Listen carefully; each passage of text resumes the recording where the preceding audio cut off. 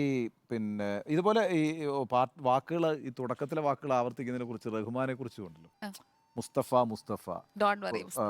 ഊർവശി ഊർവശി ഇങ്ങനെ. ശരിയാണല്ലോ. സി ഞാൻ വരുന്ന സമയത്ത് എനിക്കുണ്ടായ ഏറ്റവും വലിയ ഇൻസ്പിറേഷനും ഇൻഫ്ലുവൻസും ഇന്ത്യൻ മ്യൂസിക്കിൽ റഹ്മാൻ സാർ തന്നെയാണ്. ഇത് നമ്മുടെ കാലഘട്ടത്തിൽ ഒരു വലിയ അത്ഭുതമാണ് അല്ലേ? തീർച്ചയായിട്ടും. ഏറ്റവും വലിയ അത്ഭുതങ്ങളിൽ അപ്പോൾ ഒന്നായിട്ടാണ് നമ്മൾ റഹ്മാനെ കാണുന്നത്. അത് ഒരു പക്ഷേ തമിഴിൽ നിന്നും അത് കേട്ട് കേട്ടായിരിക്കാം മലയാളം ചെയ്യുന്ന സമയത്ത് അങ്ങനത്തെ ഒരു പക്ഷേ അപ്രോച്ച് റഹ്മാൻ്റെ കൂടെ വർക്ക് ചെയ്തിട്ടില്ലേ? വർക്ക് ചെയ്തിട്ടുണ്ട്. പിന്നെ തീർച്ചയായിട്ടും. പക്ഷേ വർക്ക് ചെയ്തതിന് പാട്ടുകൾ കേട്ടതിനേക്കാളും അതിന് മുമ്പേ കേട്ടിട്ടുണ്ടല്ലേ വരുന്നത്. ആ അതെ അതെ അതെ. അപ്പോൾ ഈ പറഞ്ഞ പാട്ടുകളെല്ലാം കേട്ട് കേട്ട് ഇതിൻ്റെയൊക്കെ ഫോമാറ്റ് അങ്ങനെയാണല്ലോ തമിഴിൽ.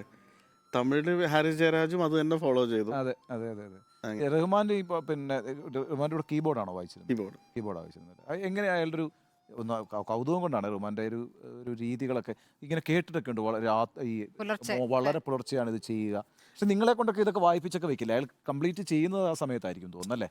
ആക്ച്വലി ഞാൻ വർക്ക് ചെയ്യുമ്പോൾ ആ ഓട്ട് ടൈംസിലല്ല ഇരിക്കേണ്ടി വന്നിട്ടുള്ളത്. കാരണം ഞാൻ ലക്കിന് അവിടെ എൻ്റെ കീബോർഡ് അദ്ദേഹത്തിന് കുറച്ച് നേരത്തേക്ക് വേണം എന്ന് പറഞ്ഞപ്പം അത് കൊടുക്കാനായിട്ട് പോയതായിരുന്നു ഞാൻ. ഓ.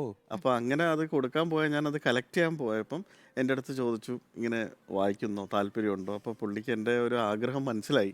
എനിക്കൊരു ആഗ്രഹം. അപ്പോൾ പുള്ളി പറഞ്ഞാൽ ഒരു കാര്യം ചെയ്യും, ഞായറാഴ്ച വാ, ഇവിടെ റീ റെക്കോർഡിങ് നടക്കുന്നുണ്ട്, കൂടാം എന്ന് പറഞ്ഞു. അങ്ങനെ ഞാൻ ചെന്ന് ഒരു പകൽ സമയം പുള്ളിയുടെ കൂടെ കൂടി ഈ റിതം എന്ന് പറയുന്ന സിനിമയുടെ ബാക്ക്ഗ്രൗണ്ട് സ്കോറായിരുന്നു വായിച്ചത്. അപ്പോൾ ആ സമയത്ത് പുള്ളിയെ ഞാൻ ശരിക്കും ഒബ്സർവ് ചെയ്യുന്ന സമയത്ത് പുള്ളി നമ്മൾ വിചാരിക്കുന്ന വളരെ ഹൈലി സോഫിസ്റ്റിക്കേറ്റഡ് ആണെന്നൊക്കെ വിചാരിക്കുന്ന ഒരു സംഭവം അല്ല നേരിട്ട് കാണുമ്പം.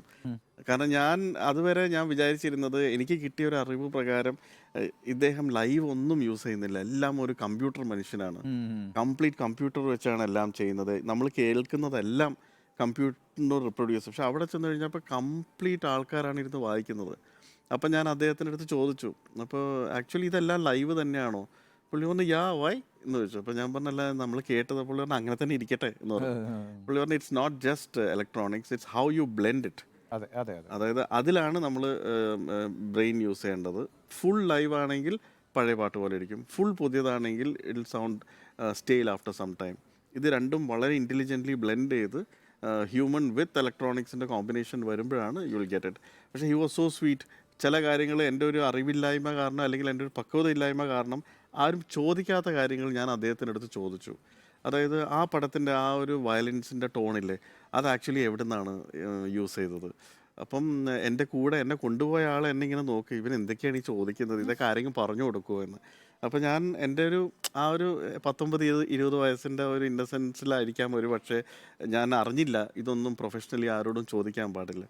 അദ്ദേഹം വളരെ ഓപ്പണായിട്ട് you want to know come, ഇന്ന് റോളൻറ്റിൻ്റെ സാമ്പിൾ ലൈബ്രറി ഉണ്ട്, ആ ലൈബ്രറിയിൽ ഇന്ന് സ്ട്രിങ്സ് ഉണ്ട്, ആ സ്ട്രിങ്സും ഈ ലൈവ് സ്ട്രിങ്സും കൂടി മിക്സ് ചെയ്യുമ്പോൾ അപ്പോഴാണ് അദ്ദേഹത്തിൻ്റെ അടുത്ത് നിന്ന് ഞാൻ പാട്ടുണ്ടാക്കുന്നതിനേക്കാളും കൂടുതൽ പഠിച്ച ഒരു സംഭവമാണ് the more you give the more you get. ഒന്നും ഒളിപ്പിച്ച് വെച്ചിട്ട് കാര്യമില്ല. It's all about sharing. അദ്ദേഹത്തിന് വല്ല ആവശ്യമുണ്ടോ? ഹി വാസ് ഇന്നത്തെ പോലെ അന്നും അദ്ദേഹം തന്നെയാണ് ടോപ്പ്. പക്ഷേ അദ്ദേഹത്തിൻ്റെ ആ ഒരു മനസ്സ് എന്നെ ശരിക്കും ഒരു ഐ ഓപ്പണറായിരുന്നു.